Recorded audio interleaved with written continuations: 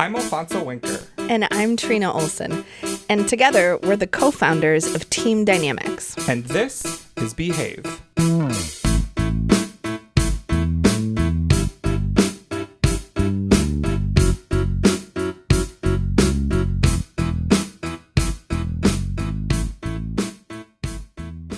Hi there, this is producer Levi. This is a special episode of Behave. We've taken the past 10 episodes and pulled out a few brief clips from each for you to listen to and hopefully share with your friends, families, colleagues, and folks you think would enjoy or benefit from Behave. We've got more great episodes coming up, so enjoy. I read all the same reports you read. I go to all the same workshops you go to. For my whole career, folks have been telling me things are changing. They're changing faster than we could have ever imagined. Stuff's coming at us. Our institutions need to change. And folks just kept being blown away by the idea that change is happening all around them all the time. And they seem to want to reflect on it or write another report about it. Or try to predict what's happening next. Right. Yeah. And sort of my frustration, my crabbiness, quite frankly, was around this surprise related to change in working in industries that were dedicated to the whole idea of change. You're listening to Behave. The way I've described it sometimes when we're in rooms, right, about assumptions or about needing to backfilter everything through our own lived experience rather than just let somebody be theirs. So, my sister can fluently speak 5 languages. And she says the difference that makes the difference is the first night she dreams in that new language. Because rather than think of the word and translate it to English, so she would just see blue, but think azul. She wouldn't have to translate it through the word blue, right? So I think when we do that sort of overemphasis thing, it's like I have to connect your thing to my thing. I can't just see it for what it is first. I have to keep running it back through my filter. And I think the thing that I'm always remember, because I was born an interrupter as a person. Yes. I get really excited when I hear people's stories and I want to participate, right? And so in my family, we had pretty lively dinner conversations. We would talk over each other. That wasn't a sign of disrespect. It was a sign of engagement, right? So I tend to jump the gun and want to dive in when somebody's talking. And so for me, what helps me remember curiosity is if I'm always connecting your experience back to mine, I'm going to miss all sorts of goodies that I wouldn't even know to ask about, right? And so instead, I could ask questions like, oh, and tell me more about what were those rituals? Could you describe them to me? What did they feel like? Is that something you've done before? Is it new? Who participates? So to just remember to stay in that curious place, and maybe I sense a connection to something I've experienced, or maybe I'm hearing something really different, and I can just bask in the differenceness for a minute and really take it in. You're listening to Behave, right? So you might need to preface for some reason, or you might need to sort of punctuate the space because say you're in the middle of a meeting and you really need people to listen differently, right? Like everybody's kind of futzing on their phones, or like you're not sure if they're checking email or listening, and you really want to take up some space. You might need to take a moment to do that, but it's not by saying, I'm sorry to bother you because I have a really important contribution to make. You don't need to be sorry. And then on the flip side, to have a cleanup process. You're listening to Behave. Yep, it's really important what we know about and what we think about. It might be in relationship with other people, even more important how we behave, what our practice is. So we say a lot, this is about building and executing a practice. You're listening to Behave. I went to a talk for Women's History Month a really long time ago by Rinku Sen, who was a former editor of Color Lines, and she talked about this need to sort of build a big tent. Otherwise, we won't win on the important racial justice matters of the day. And part of my practice has been about my value of connection. Yeah. And staying in relationship to people who believe some of the same things I believe, but are struggling with the behavior shift. Yeah. And her message to us, and maybe it was quite a while ago, was about lowering the bar for how hard it is to get into the tent. Yeah.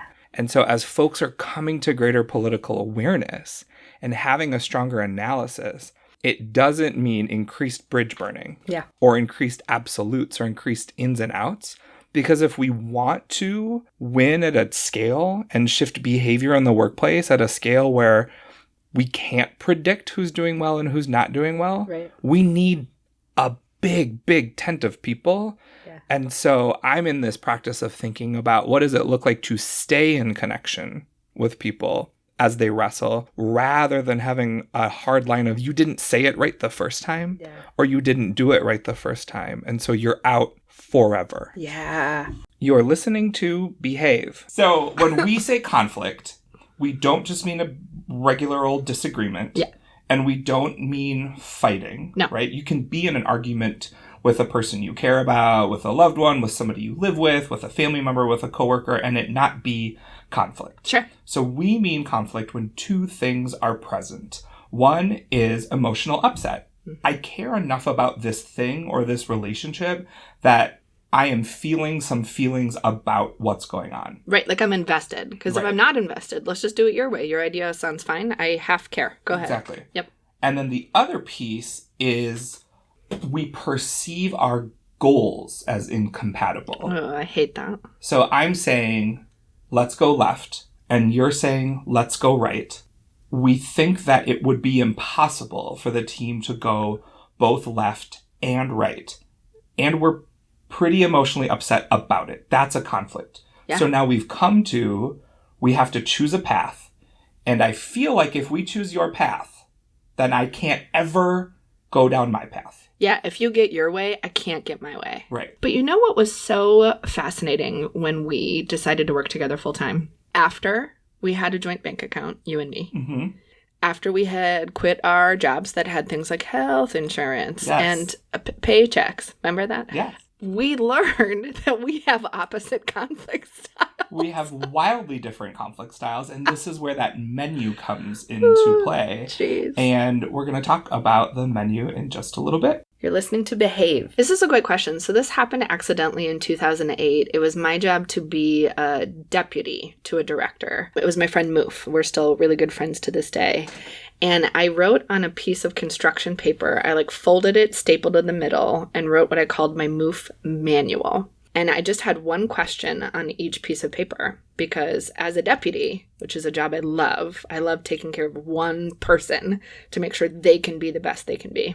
And so my job was to ask, what is the unique value that you add to the team right now that we need to make sure you're spending most of your time doing? What is really draining or hard for you? What isn't on your plate that you wish was? So that we could actually figure out how to delegate. And I think to this day, I'm still really self-conscious. So you'll even hear me say, no, it's not that I can't do that or I couldn't learn how, but I'm not good at it yet.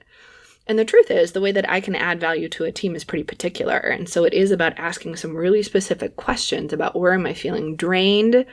Where am I feeling excited? And what would be better, different, worse, problematic if I was or wasn't doing something? You're listening to Behave. This is hard because I think I haven't talked a lot. I've talked implicitly in the world about this, but I haven't talked explicitly about it before. There was a period of time where I was finding it really irritating to supervise people who had kids and people who had partners because I thought all the time, y'all just get to leave whenever you want. You get to blame things on the people you're married to or the children that you have and what I just have to be here and get everything done because I don't have those things. And that was actually starting to get sort of exhausting. Yeah. Being frustrated at a whole kind of family Right. was getting frustrating for me.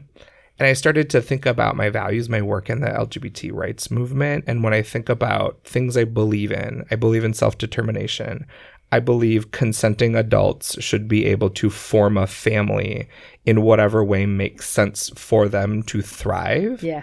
And then I thought being crabby at people who have kids all the time is outside of my values. Yeah. And so first I had that thing I said about catch yourself thinking. I had to catch myself thinking that and say that's outside of my values. Right.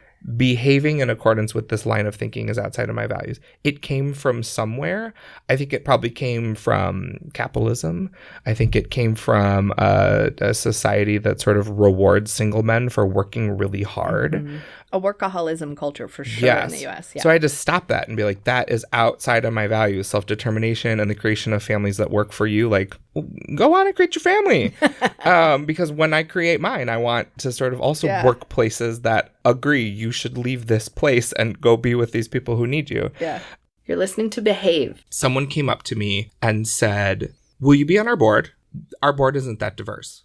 Wow. We could really use more diversity on our board. Will you be on our board? And I said, oh, what is it about me, my experience and my identities that would be useful to this organization's mission?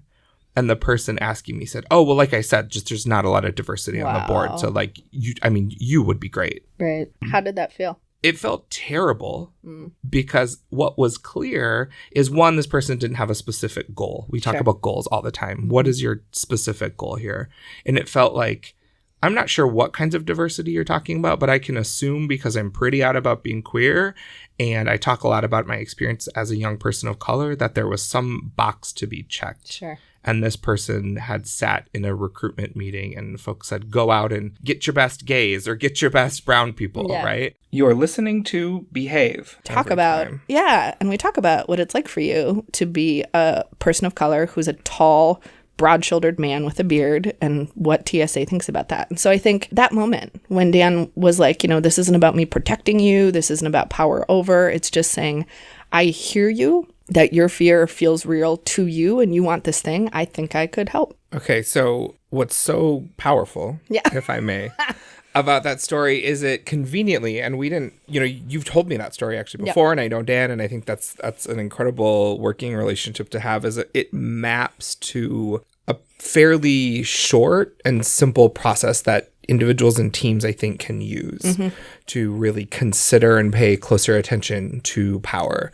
And so there's 3 steps, and I want to talk about the 3 steps and try to map them to your story with Dan. You're listening to Behave. And business research shows us that ourselves as individual contributors and our teams as a whole do better when we are embodied, meaning we feel healthy and well. We feel comfortable. We can have more creative ideas if I'm not worrying about standing in shoes that literally hurt. I'm not saying people don't get to wear uncomfortable shoes, but I would say, I am just one generation removed from when dress codes at work absolutely mandated heels, hose, and lipstick for women. And I think that's still the rule some places, or if it's not written, it's still the expectation. Right, that when clients come or we're presenting at a conference, you better have gone to Banana Republic or Ann Taylor Loft, right? I expect a non-breathable fabric. I want to see, it's just like... I want you tight. I want you cinched. Oh my gosh. I know that 9 to 5 is going to be remade. And I'm like, please, Lily Tomlin, bring back the blouse with the big poofy... Oh my gosh. Oh my God, it's exciting. A Dickie. Producer Levi here again. Thanks for listening to Behave. Please use this episode to share with folks, to let them know about the podcast, share on your social media platforms, and it would be really helpful if you posted reviews and ratings on iTunes and talked about Behave on your various social media platforms. For episodes of Behave, you can go to teamdynamicsmn.com/behave. And as Alfonso would say, make good choices. Behave is produced by Levi Weinhagen in Studio G at the Glenn Nelson Center.